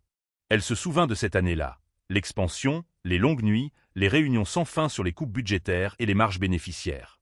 L'accident avait été l'un des nombreux incidents mineurs signalés ce trimestre-là. Son équipe juridique s'en était occupée. Elle n'y avait pas réfléchi à 2 fois. Mais Daniel vivait avec cet incident mineur depuis lors. Ava se leva brusquement. Annuler mes réunions pour le reste de la journée. Mélanie parut surprise. Toutes, même celles avec les investisseurs? Toutes, répéta Ava, la voix ferme. J'ai dit, annulez-les. La descente en ascenseur sembla interminable. Chaque étage sonnait comme un battement de cœur, faisant écho à la vérité qu'elle ne pouvait plus éviter. Quand elle sortit dans la rue, la pluie l'accueillit comme une pénitence. Froide, implacable, honnête. Elle arriva au restaurant sans prévenir, les cheveux humides, le manteau collant à ses épaules. Le personnel s'agita en la reconnaissant, murmurant son nom comme un avertissement. « Madame Moreau, nous ne savions pas que vous veniez. » Le directeur apparut, le visage rouge et essoufflé. « Si vous aviez appelé. Où est Daniel Reynaud ?» L'interrompit Ava. Charles hésita. « Il est suspendu, madame, pour l'incident des verres. Le règlement exige. » Je ne vous ai pas interrogé sur le règlement. La pièce devint silencieuse. Même le tintement de la vaisselle sembla s'arrêter. « Il est chez lui, je suppose, » balbutia Charles. « Pourquoi ? » « Parce que, dit Ava, son ton bas et régulier, je pense que je lui dois plus qu'une semaine de salaire. » L'appartement de Daniel était petit, niché au-dessus d'une laverie automatique qui bourdonnait du bruit des machines. Quand Ava frappa, le léger bruissement de la voix d'un enfant vint de l'intérieur. « Papa, quelqu'un est à la porte. » Un instant plus tard, Daniel ouvrit, vêtu d'un vieux t-shirt gris et la surprise dans les yeux. « Graisse. » Le cœur d'Ava trébucha. Il pensait toujours que c'était son. « Non. Puis-je entrer ?» Il hésita, jetant un coup d'œil derrière elle à la pluie, puis s'écarta. Bien sûr. L'appartement sentait légèrement le savon et les crêpes. Un rire d'enfant flottait depuis l'autre pièce. « Emma, supposa-t-elle. » Ava nota les petits détails. Les meubles dépareillés, les livres empilés à côté du canapé, le dessin au crayon encadré qui disait « Papa plus moi ». Daniel croisa les bras. « Je ne m'attendais pas à vous voir en dehors du restaurant. » « Je sais, » dit doucement Ava. « Il y a quelque chose que vous méritez de savoir. » Il étudia son visage. « Vous avez l'air différente. Pas comme la femme qui mange seule dans son coin. »« Je ne suis pas elle, » admit-elle. « Pas exactement. » Il fronça légèrement les sourcils. « Que voulez-vous dire ?» La gorge d'Ava se serra. La vérité était lourde, pressant contre sa poitrine. « Je ne m'appelle pas Grace, » dit-elle. « Je m'appelle Ava. Ava Moreau. » Le silence qui suivit était assez épais pour entendre la pluie à travers les murs. Daniel cligna des yeux. « Moreau ? Comme dans… » « Oui, » dit-elle tranquillement. « Comme dans ce Moreau-là. » Son visage se durcit, l'incrédulité et la trahison vacillant ensemble. « Vous êtes la propriétaire. »« Je le suis. » Elle déglutit. « Et je ne suis pas venu ici pour me défendre. Je suis venu vous dire que j'ai trouvé quelque chose à propos de votre femme. » Daniel se figea. Sa voix tomba à un murmure. « Eliane. » Ava hocha la tête, ouvrant le dossier qu'elle avait apporté. Elle travaillait pour moi dans une autre succursale. Il y a eu un accident. Le rapport a été enterré. Il lui prit les papiers des mains. Ses yeux parcoururent les lignes, sa mâchoire se crispant à chaque mot. Quand il atteignit la signature, il s'arrêta. « Vous avez approuvé ça, dit-il, la voix brisée. Je l'ai fait, murmura-t-elle, sans même le lire. J'étais trop concentré sur les profits. Je ne le savais pas avant hier. Il la fixa un long moment, le silence rompu seulement par le bourdonnement du sèche-linge en bas. Quand il parla enfin, sa voix était calme mais aiguë. « Vous êtes venu jusqu'ici pour me dire que vous êtes désolé. » « Oui, dit Ava. Parce que vous méritez au moins ça. Et parce que je ne veux plus être la personne qui ne s'en souciait pas assez pour regarder. » Daniel posa les papiers, se frottant le visage des deux mains. « Vous savez ce que c'est de perdre quelqu'un parce que quelqu'un d'autre a été négligent. » La voix d'Ava se brisa. « Pas jusqu'à maintenant. » Il la regarda dans les yeux, humide mais stable. « Vous ne pouvez pas réparer le passé, Madame Moreau. »« Je sais, dit-elle. Mais peut-être que je peux commencer à nettoyer ce qui reste. » Il rit doucement, amer, épuisé. « Vous parlez comme moi. Peut-être que ce n'est pas une mauvaise chose. » Il se tenait dans le petit appartement, deux personnes liées par un accident que ni l'un ni l'autre ne pouvaient défaire. Dehors, la pluie continuait de tomber, régulière et froide, lavant la ville au ralenti. Et pour la première fois, Ava Moreau, la femme qui avait bâti un empire, se sentit assez petite pour enfin voir la vérité qui se cachait en dessous. La pluie avait cessé quelque temps après minuit, mais la ville en sentait encore l'odeur, propre, brute et lourde de choses emportées. Ava conduisait sans but dans les rues vides, ses phares fendant les flaques d'eau, ses mains agrippant trop fermement le volant. Le visage de Daniel la hantait. Pas la colère. Il n'avait pas crié, n'avait pas maudit. Cela aurait été plus facile. Non, c'était le calme dans ses yeux, celui qui vient de blessures trop profondes pour le bruit. Elle avait passé sa vie à gérer des crises, scandales juridiques, pertes financières, démissions de personnel, mais aucune ne l'avait jamais fait se sentir comme ça. C'était différent. C'était personnel. Elle se gara devant son immeuble, mais ne put se résoudre à entrer. Le Penthouse serait trop silencieux, trop propre, et en ce moment, elle avait besoin du contraire. Elle resta assise là, fixant son reflet dans le rétroviseur jusqu'à ce que la pluie recommence, une bruine lente et indulgente. Son père disait, « La pluie n'efface pas la culpabilité. Elle te donne juste le temps de regarder ce qui reste. » Pour une fois, elle comprit ce qu'il voulait dire. Au matin, l'épuisement s'accrochait à elle comme une seconde peau. Mais elle ne resta pas à la maison. Elle retourna directement à l'immeuble de Daniel, le dossier toujours sur le siège passager. La ville se réveillait à peine. Les cafés bourdonnaient, les bus soupiraient à chaque arrêt, la faible odeur de pain frais flottait dans l'air. Quand il ouvrit la porte, elle vit la surprise vaciller à nouveau sur son visage, suivie rapidement d'une distance gardée. « Madame Moreau, » dit-il, la voix basse. « Vous ne devriez pas être ici. »« Je sais, » dit-elle doucement, « mais je devais venir. »« Pourquoi ?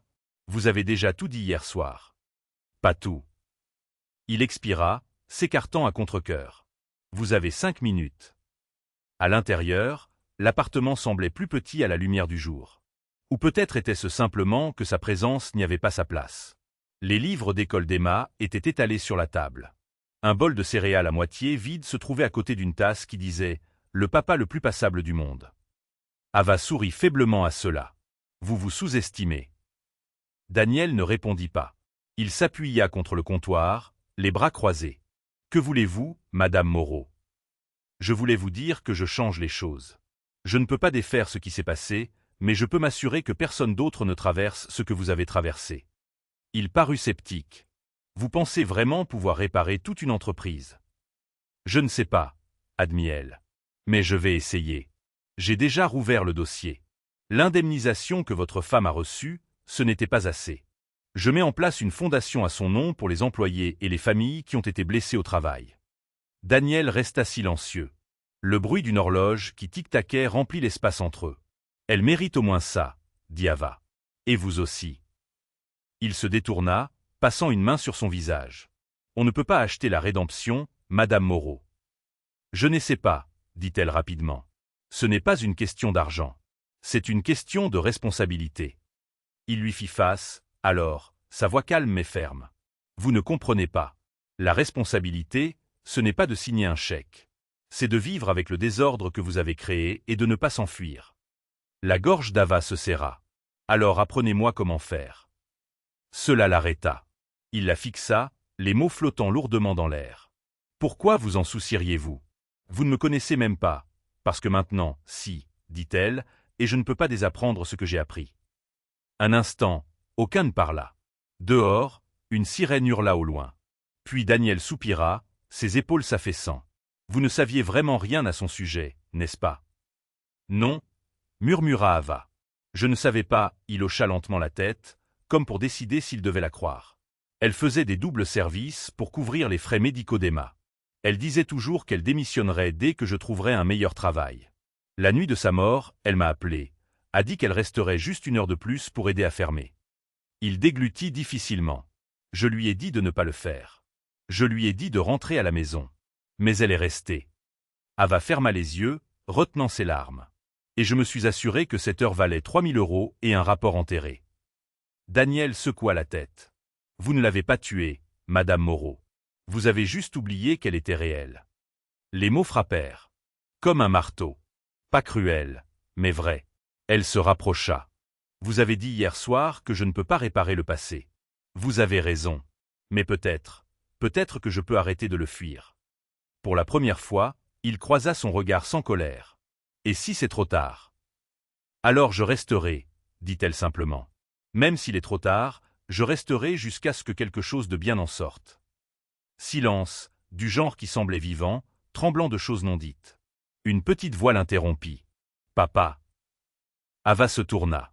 Emma se tenait dans l'embrasure de la porte, les cheveux ébouriffés, tenant un lapin en peluche par une oreille. Ses yeux passèrent de son père à Ava. C'est qui? Daniel s'adoucit instantanément. C'est Madame Moreau. Elle travaille au restaurant de papa. Emma sourit d'un air endormi. C'est vous qui faites les crêpes. Ava cligna des yeux, surprise, puis rit, le son la surprenant même.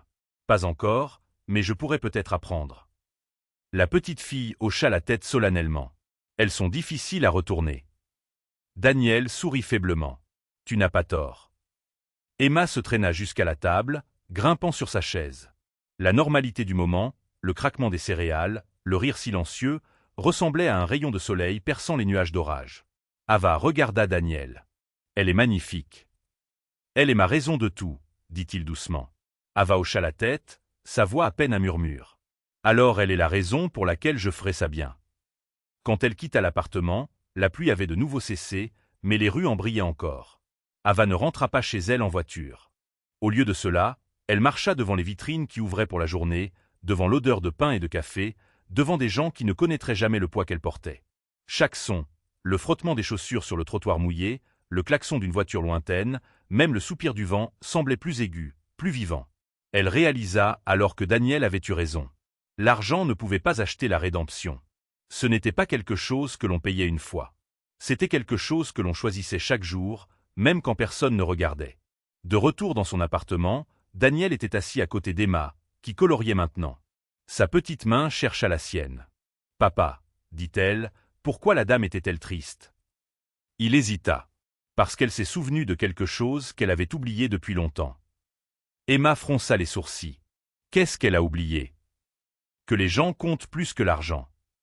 La petite fille hocha la tête comme si c'était la vérité la plus simple du monde. Tu le sais déjà, ça. Daniel sourit faiblement. Oui, mais certaines personnes ont besoin qu'on le leur rappelle. Il regarda vers la fenêtre où la lumière du soleil perçait à travers les nuages, striant le sol comme de l'or. Quelque part là dehors, Ava Moreau marchait sous cette même lumière, non pas purifiée, non pas rachetée, mais changée. Et pour la première fois depuis des années, Daniel sentit quelque chose changer en lui aussi. La douleur du passé était toujours là, mais ce n'était plus tout ce qu'il ressentait. Peut-être que le pardon n'était pas quelque chose que l'on donnait. Peut-être était-ce quelque chose que l'on s'autorisait à ressentir quand quelqu'un décidait enfin d'arrêter de fuir. L'air semblait étrange cette nuit-là, lourd, agité, comme si la ville elle-même retenait son souffle. Ava se tenait près de la fenêtre de son bureau, regardant les nuages d'orage s'accumuler sur le centre-ville. Un éclair illumina au loin, et pour la première fois depuis des années, elle ne pensa pas aux marges bénéficiaires ou aux prévisions trimestrielles. Elle pensa à Daniel. Cela faisait 3 jours qu'elle ne l'avait pas vu.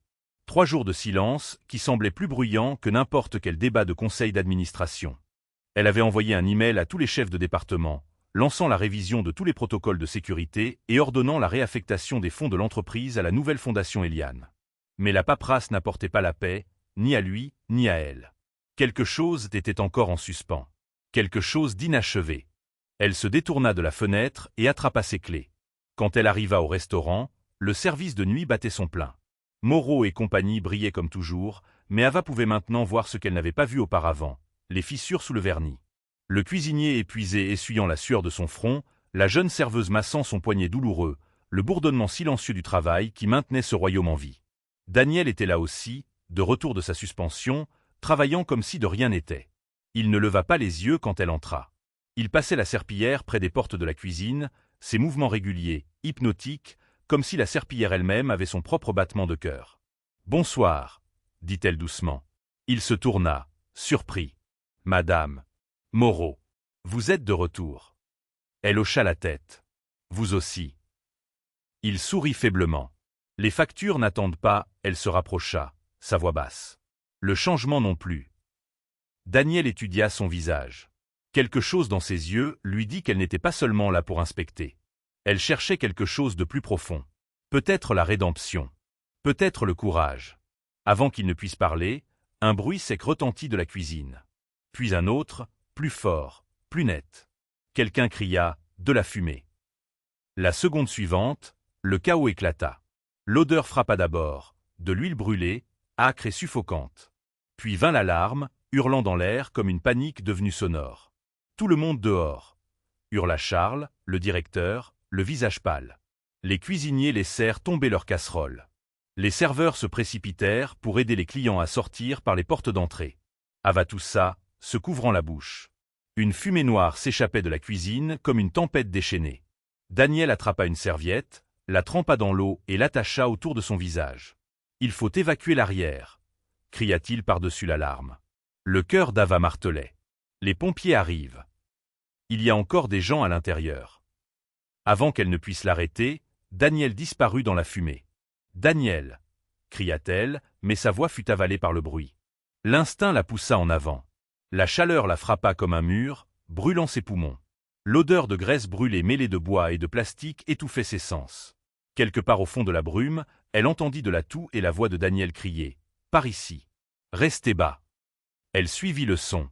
À travers la fumée, elle le vit, une silhouette guidant deux plongeurs terrifiés vers la sortie.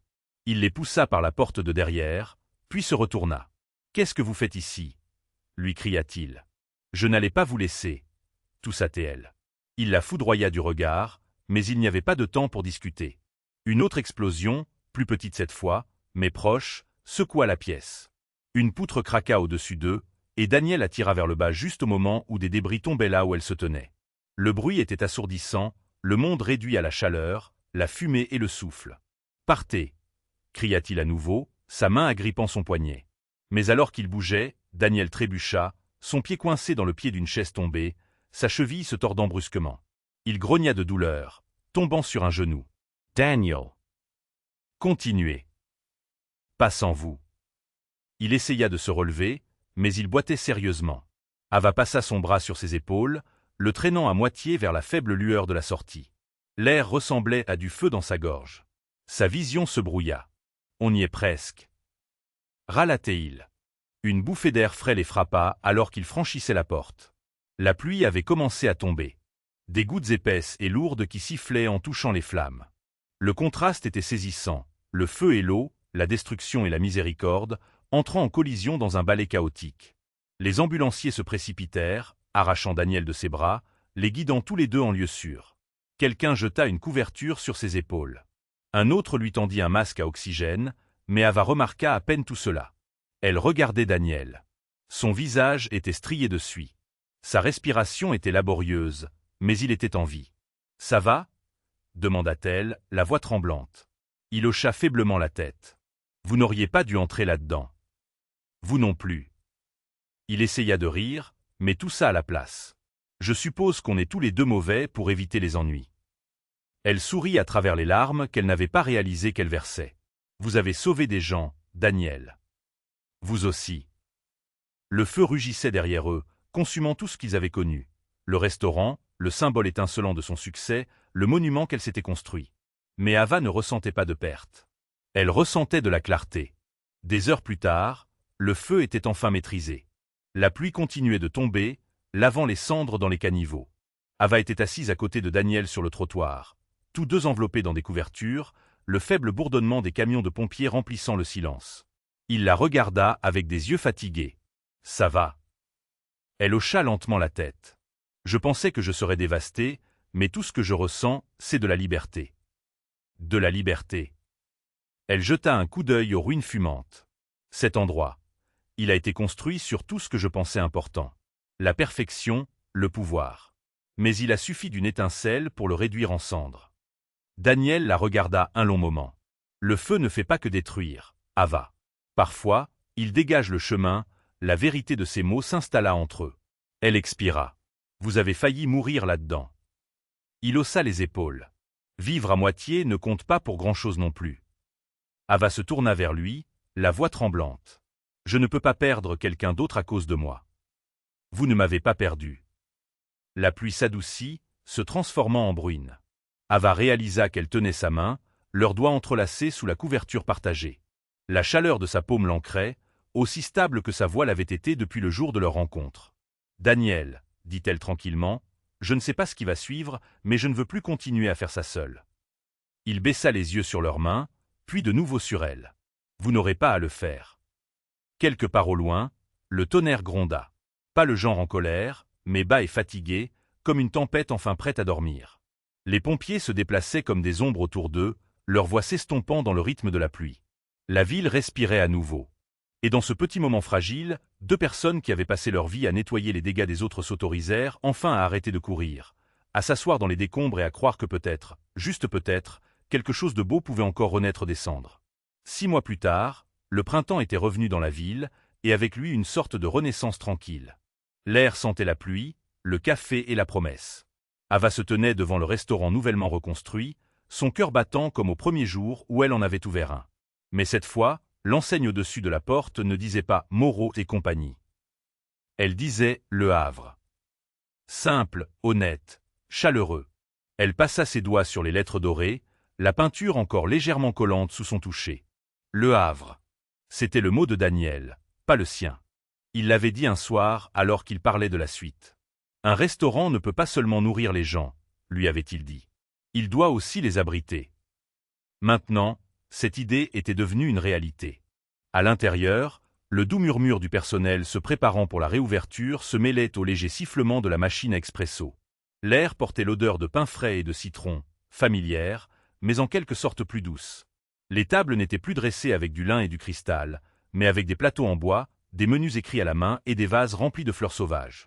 Ava regardait les employés se déplacer, non pas dans une obéissance hâtive, mais avec un but tranquille. Ils souriaient. Ils riaient. Le poids qu'elle avait l'habitude de ressentir en entrant dans ces restaurants, la pression invisible de la perfection, s'était levée. Et au centre de tout cela se tenait Daniel, un presse-papier à la main, les manches de sa chemise retroussées jusqu'au coude, sa voix calme et sûre. « Assurez-vous que le tableau communautaire est à jour, » dit-il à un serveur, et que quelqu'un vérifie la boîte à don près de la porte. Il se tourna, surprenant Ava qui l'observait. « Vous êtes en avance. »« Je n'ai pas pu dormir, » dit-elle en souriant. « C'est étrange. Première ouverture pour laquelle je suis nerveuse. » Daniel gloussa. « C'est bon signe. Ça veut dire que ça compte. » Elle se rapprocha, baissant la voix. « Êtes-vous sûr que nous sommes prêts ?» Il hocha la tête. « Plus près que nous ne l'avons jamais été. » C'était vrai. Le Havre n'était plus seulement un restaurant. C'était une idée. Chaque employé recevait désormais un salaire équitable, une couverture santé complète et une part des bénéfices. La Fondation Eliane avait déjà aidé 4 familles de travailleurs confrontées à des difficultés médicales. Et chaque soir, une table près de la fenêtre restait ouverte, une « table de compassion » où toute personne dans le besoin pouvait s'asseoir et manger gratuitement, sans poser de questions. Ava s'était attendue à de la résistance de la part des investisseurs, voire à de l'indignation.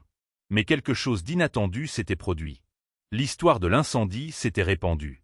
Les gens admiraient sa transparence, son humilité. Les clients faisaient la queue, non seulement pour manger, mais pour appartenir. Daniel regarda autour de lui, hochant la tête avec une satisfaction tranquille. « Vous savez, » dit-il doucement, « elle serait fière. » Ava se tourna vers lui. « Qui ?» « Eliane, » dit-il. Elle croyait en des endroits comme celui-ci, des endroits où l'on se sent chez soi. Ava sourit faiblement. « Moi aussi. » Un instant, ils restèrent là, le bourdonnement du restaurant autour d'eux, la promesse de quelque chose de nouveau vibrant sous leur peau. Quand les portes s'ouvrirent ce soir-là, Le Havre se remplit rapidement. Famille, couple, anciens habitués de l'époque Moreau, ils vinrent tous. Ava se déplaçait entre les tables, saluant les invités, écoutant les rires, s'imprégnant du son d'un endroit enfin vivant de la bonne manière. Près de l'entrée, un petit groupe s'était rassemblé autour du tableau communautaire que Daniel avait installé.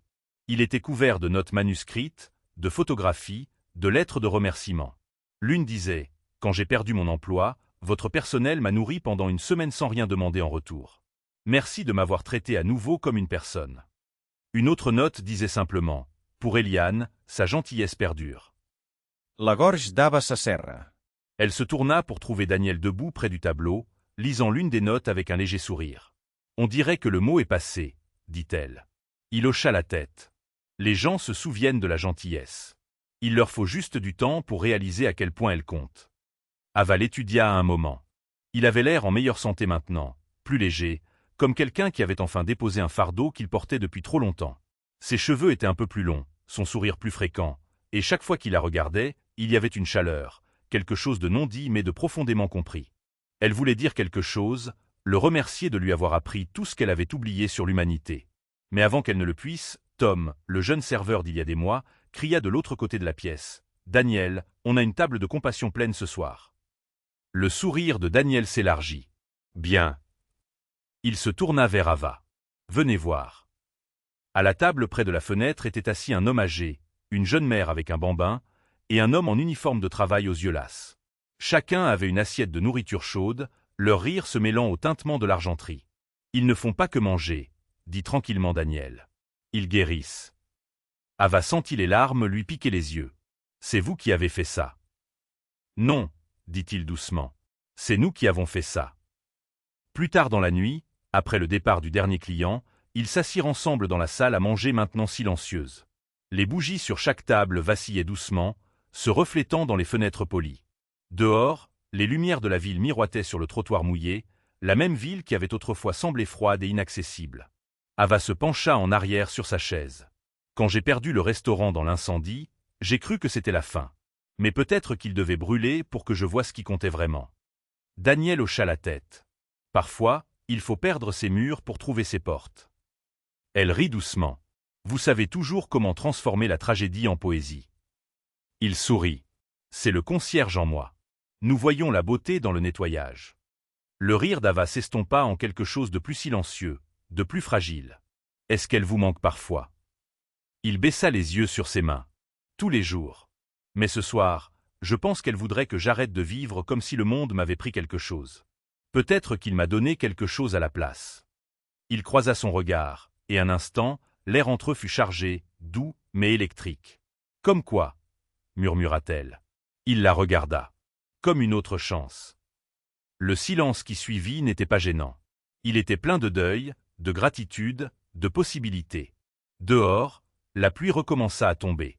Pas forte, pas froide, juste assez pour tapoter doucement contre les fenêtres. Ava se leva, se dirigeant vers la vitre. « C'est drôle, » dit-elle. « Chaque fois que quelque chose d'important se passe, il pleut. » Daniel la rejoignit. « Peut-être que la ville nous aide juste à nettoyer. » Ils regardèrent les gouttelettes strier la vitre, captant la lueur des lampadaires. Le reflet les montrait debout, côte à côte, deux personnes qui avaient survécu au feu, à la perte et à la culpabilité, et qui avaient trouvé la grâce dans les cendres. Ava se tourna vers lui, sa voix un murmure. « Merci, Daniel, d'avoir sauvé mon restaurant, de m'avoir sauvé. » Il sourit. « Vous n'avez plus besoin d'être sauvé. »« Peut-être pas, » dit-elle doucement, « mais je suis contente que vous soyez resté. » Il ne répondit pas. Il n'en avait pas besoin. Sa main trouva la sienne, stable, chaude, et le silence du Havre les enveloppa tous les deux, comme si le bâtiment lui-même savait que c'était pour cela qu'il avait été construit. Dehors, la pluie continuait de tomber, douce, indulgente, sans fin. La lumière du soir se déversait par les fenêtres du Havre, baignant la salle à manger d'une douce teinte dorée. Dehors, la ville bougeait comme elle l'avait toujours fait, pressée, agitée, mais à l'intérieur, le temps semblait plus lent, plus doux, comme si le monde avait réappris à respirer. Cela faisait exactement 6 mois que le Havre avait ouvert ses portes, et ce soir, il était plein.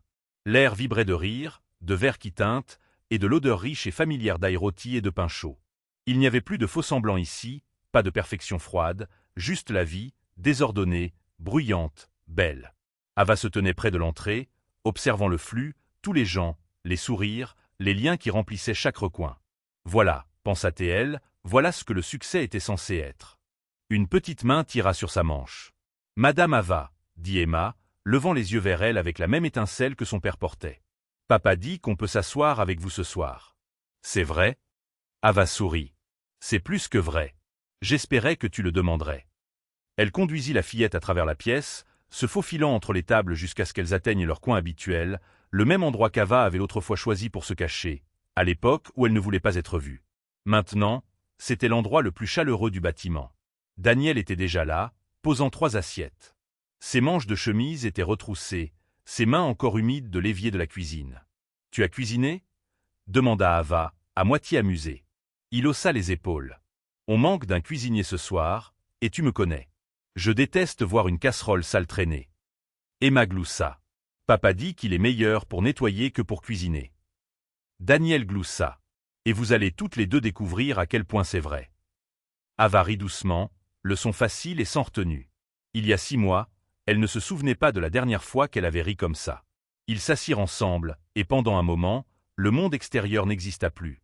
Ils parlèrent de tout et de rien.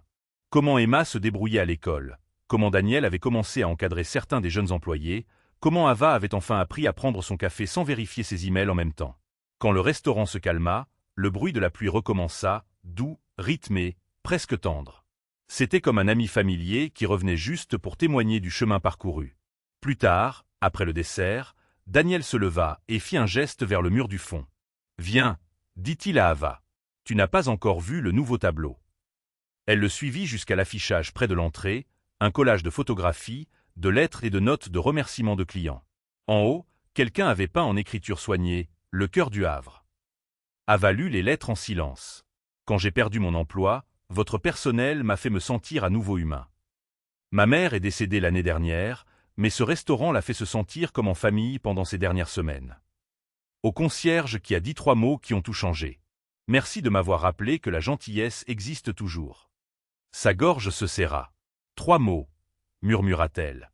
Ils se souviennent. » Daniel sourit à côté d'elle. « C'est drôle, n'est-ce pas?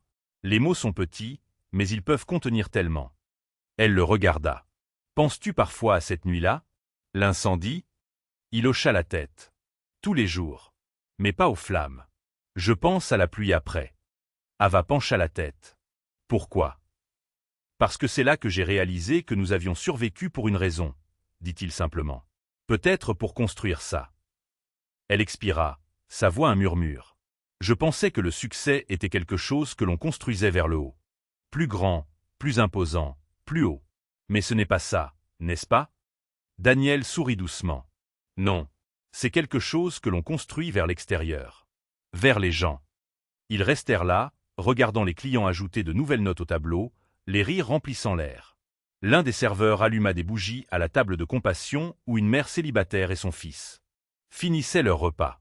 Le petit garçon fit un signe de la main à Daniel, et il lui rendit son salut. « Chaque soir, » dit tranquillement Daniel, « quelqu'un de nouveau s'y assoit. Chaque soir, quelqu'un en ressort plus léger qu'à son arrivée. » Ava hocha la tête. « Et chaque soir, je réalise que ce n'était pas le bâtiment que je devais reconstruire. C'était moi-même. » Quand le dernier client partit et que le personnel commença à nettoyer, Ava s'attarda près de la fenêtre, regardant la pluie. Le reflet du restaurant miroitait dans la vitre, les lumières, les rires, les mouvements doux des gens qui fermaient pour la nuit. Daniel la rejoignit, s'essuyant les mains avec une serviette. « Penses-tu parfois au chemin que nous avons parcouru ?» Ava sourit faiblement. « J'y pense tous les jours. Et je n'arrive toujours pas à croire que j'ai failli manquer tout ça parce que j'étais trop occupé à courir après des chiffres. » Il s'appuya contre le mur à côté d'elle. « Tu ne l'as pas manqué. Tu as juste pris le chemin le plus long. » Dehors, Emma tourbillonnait sous l'auvent, riant alors que les gouttes de pluie effleuraient ses joues. « Papa, Madame Ava, venez danser. » Daniel rit. « Elle est tenace. »« Elle est heureuse, » dit Ava en regardant la fillette. « Et c'est tout ce qui compte. » Sans trop réfléchir, Ava sortit de sous l'auvent. La pluie était fraîche, purifiante. Daniel suivit, secouant la tête avec une exaspération feinte. « Regarde ce que tu as commencé. » La taquina-t-il. Emma poussa un cri aigu, tournant entre eux. « On est trempés. » Ava rit, levant son visage vers le ciel. Qu'il pleuve. Pour la première fois depuis des années, le son ne lui rappelait pas la perte. Il sonnait comme la liberté. Plus tard, quand l'orage se calma, ils s'assirent sur les marches devant le restaurant, humides mais contents. Emma s'était endormie sur les genoux de Daniel, sa petite main posée contre sa poitrine. « Elle dort », murmura Ava. « La pluie fait toujours ça, » dit-il. « C'est comme la berceuse du monde. » Ava se tourna vers lui, sa voix douce. « Daniel, qu'est-ce qui, selon toi, fait que les gens reviennent ici ?»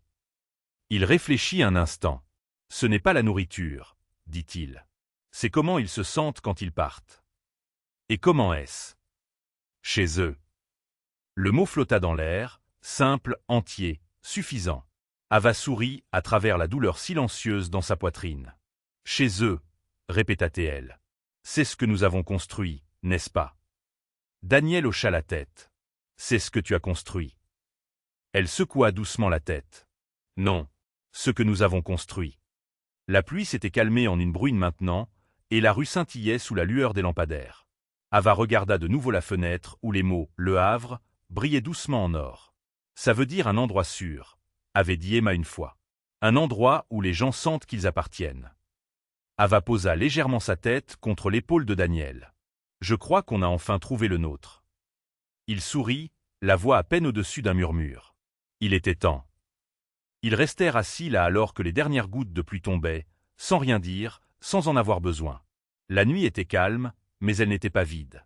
Elle était pleine de chaleur, de rires qui résonnaient encore à travers les murs, de la promesse de nouveaux commencements. Et alors que les lumières de la ville se reflétaient sur les rues mouillées, Ava Moreau, la femme qui avait autrefois bâti son empire sur la perfection, comprit enfin la vérité que Daniel avait essayé de lui montrer depuis le début. La perfection n'était pas quelque chose que l'on créait. C'était quelque chose dont on prenait soin, un petit acte de gentillesse à la fois. Quand ils se levèrent enfin pour rentrer, Daniel regarda une dernière fois le restaurant. « Tu sais, » dit-il, 3 mots ont tout changé. Ava sourit, les yeux brillants. « Lesquels ?» Il se tourna vers elle, ce sourire calme et constant auquel elle avait appris à faire confiance illuminant son visage. « Bienvenue chez toi, Ava. » Et pour une fois, elle ne le corrigea pas.